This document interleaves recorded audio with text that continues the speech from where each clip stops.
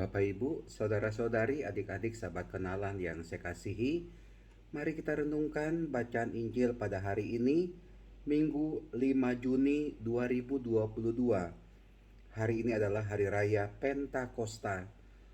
Roh Kudus turun atas kita sekalian.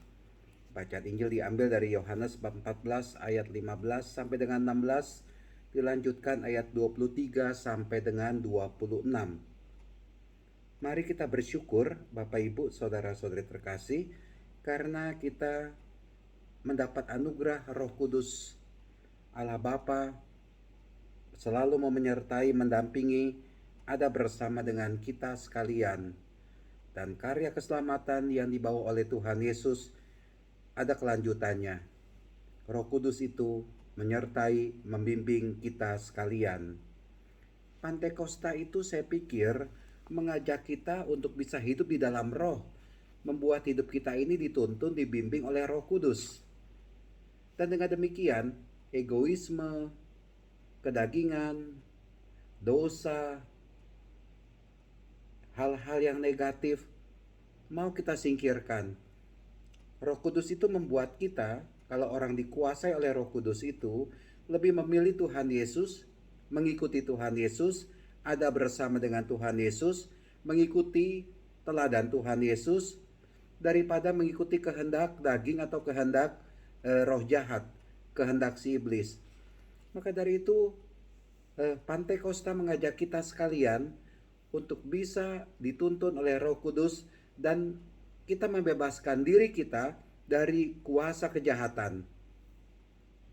Sangat mudah kalau kita ini sungguh dipimpin oleh Roh Kudus.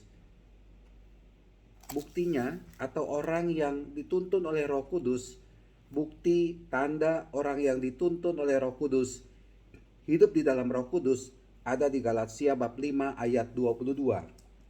Bunyinya begini: tetapi buah roh itu kasih, sukacita, damai sejahtera, kesabaran, kemurahan, kebaikan, kesetiaan, dan selanjutnya itu ya.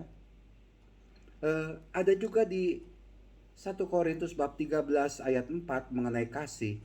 Itulah dia orang yang dikuasai oleh Roh Kudus. Hidupnya penuh dengan kasih, yang berarti dia hidup dalam sabar, tidak pemarah, mau berbuat baik, mau melupakan kesalahan orang lain, mau mengampuni. Itulah dia. Silakan kita baca Galatia bab 5 ayat 22 dengan 1 Korintus bab 13 mulai ayat 4. Itulah dia, saya pikir, orang yang dikuasai oleh Roh Kudus. Dan jangan membuat diri kita ini dikuasai oleh kedagingan, oleh daging. Perseteruan, perselisihan, amarah, percabulan, ketidaksetiaan, korupsi, kejahatan, kebohongan, penipuan, ya hal-hal jelek. Jadi orang yang dikuasai oleh Roh Kudus itu selalu bisa berbuat kasih, berbuat baik, berbuat benar. Itulah dia. Nah, semoga hidup kita ini sungguh dituntun oleh Roh Kudus. Kita membiarkan Roh Kudus bekerja, berkarya dalam diri kita. Tuhan memberkati kita semua. Amin.